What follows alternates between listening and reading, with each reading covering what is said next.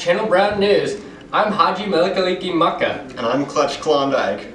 Today we'll be interviewing two historians, a Western African specialist as well as a Northern African specialist. They both do research on culture, arts, and education in their respective regions. Up first, we have an interview with Gavin Bowling, who has spent the last 14 years in Chad, gathering information about local people's lifestyles and traditions. Our first interview is with Gavin Bowling, who is a Chadian historian. How are you today? I'm fine. So my first question is, how has colonialism changed culture in Chad? Well, France brought their own culture, like Christianity, and their language to Chad. And they also enforced their own political and government system as well. Before the French came to Chad, they didn't really have one government, but instead had multiple clans. Then the French dismantled these clans and put them all in one government.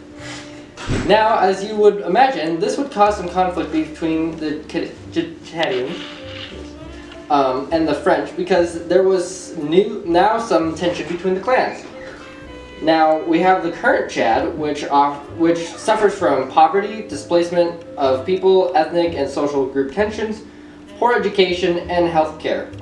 To sum it up, because of the colonialism, Chad and its people are more divided than ever has been. Boring. Can you give us some details about the religion in Chad?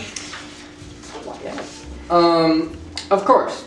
Around 50% of the population, especially in north and east parts of Chad, follow Islam, while another 30% of people are Christians, who tend to be more in the south parts of Chad among the formerly educated villagers. The last 20% of people follow the traditional Chadian beliefs, not really conforming to one type of religion, and they tend to be in the southern parts of the country as well. Most of the Chad also believe in the life and death philosophy. Life after death, that's what I meant. Regardless of traditional religion. Another thing, this is kind of sidetracking a bit, but Chad, unlike a lot of countries in Central Africa, never really had any sort of witchcraft issues. They weren't really prevalent. Wow. What are the traditions as far as marriage and family? Well, the people in Chad practice polygamy, essentially having more than one wife, and it is known among both the southern and northern groups. Finally, members living independently are rare, except in Chad.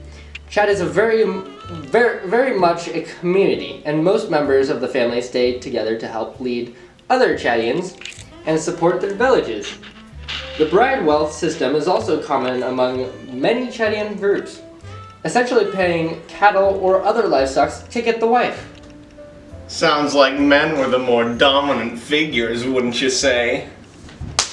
Yes, men make up a lot of the government and military, as well as agriculture and hunting. Women handle nearly all family responsibilities and household tasks, especially child care. They can also take a smaller livestock, tend family gardeners, and can help during agricultural surpluses. Wow, looks like someone can't speak. Thank you. Now it's time to go to the education in Chad. How is it different? In what ways? What's the curriculum like? Chad's education isn't very great. Only about 60% of Chadian children attend primary school. But the literacy rate in Chad is estimated at only 20%, which is very low for Africa. Also, most children are educated by their families, taking in domestic and economic tasks in their early teens. So they aren't getting the full education they need. The reason for all this is because Chad's economy isn't able to sustain a good education system. Well, final question. What's the art and literature like in Chad? Chad actually does a lot of sculptures and accessories, much more so than traditional painting and drawing. They make stone mugs or cups. They make rings. They are very high quality and always handmade, which gives the works their charm. As for literature, the most popular form of writing is actually songwriting. Music is very popular in Chad, the most popular type of music being folk and Teta music. It's always full of passion and energy. Wow, thank you, Mr. Bowling.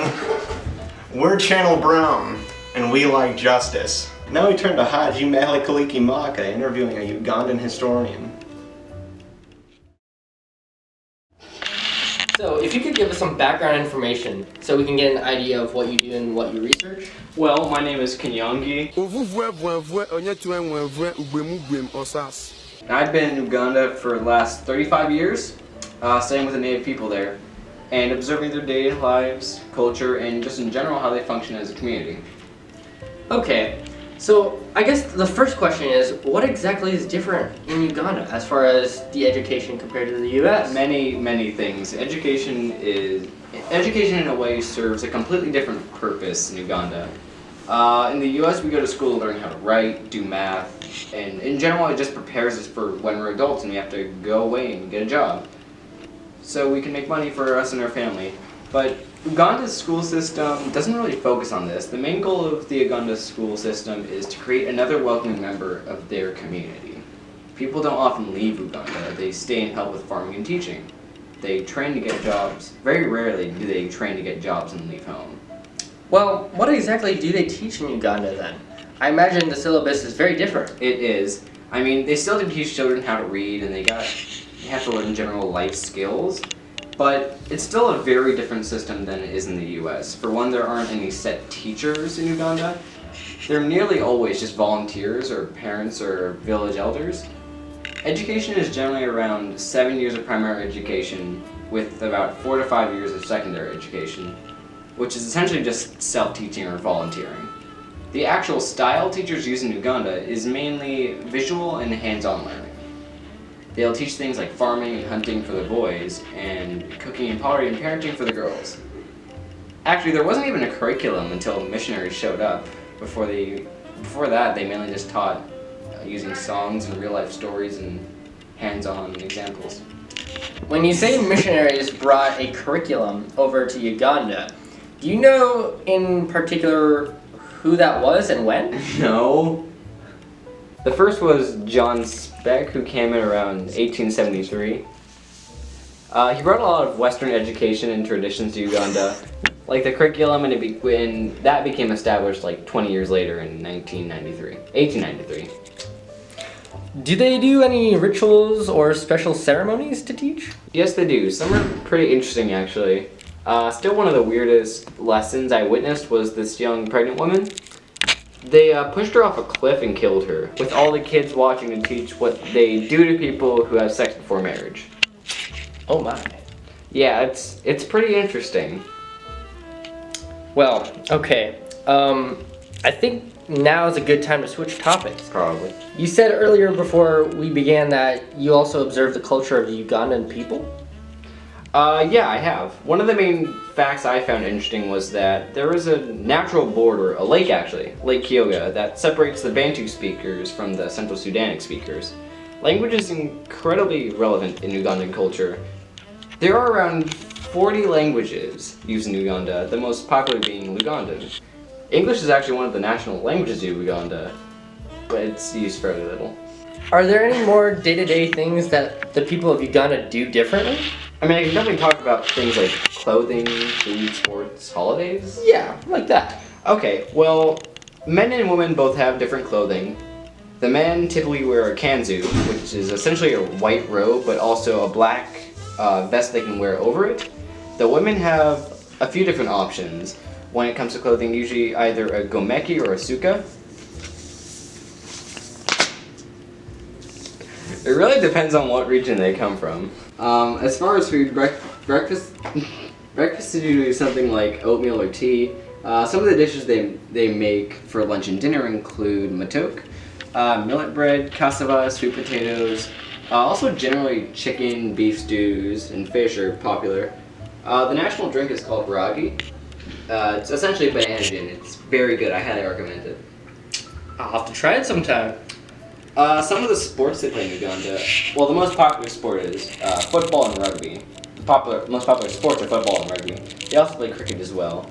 Some of the major holidays in Uganda are New Year's Eve, International Women's Day, Independence Day, and Liberation Day.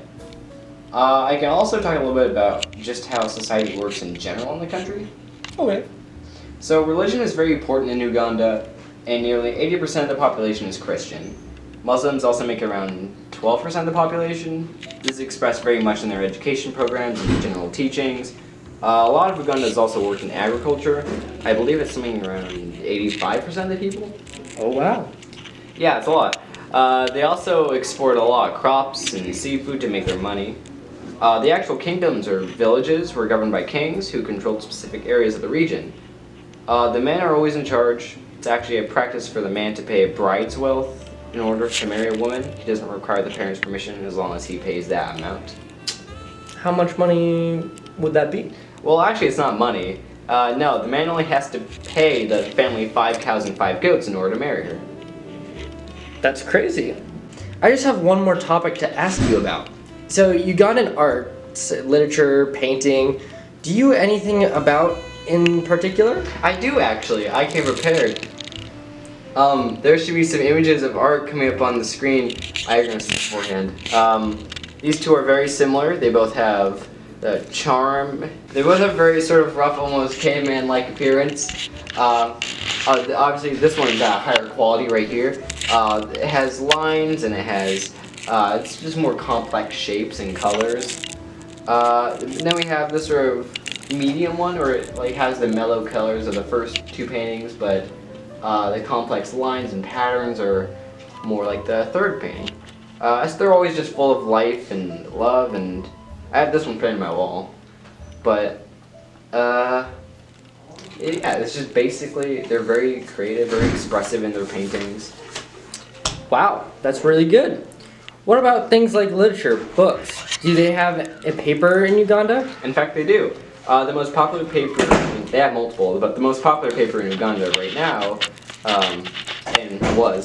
it's the New Vision. It's still being written today. My personal favorite thing to read in Uganda is The Red Pepper. It's comics. Just a bunch of comic strips, yeah, very amusing, and I'll read them from time to time. Wonderful. Well, thank you so much for joining us, Kanyengi. Yeah. It's okay. And with that, thank you again, Kanyengi and Bowling. And to you all at home, thank you for watching Channel Brown News. And see you tomorrow. Take care.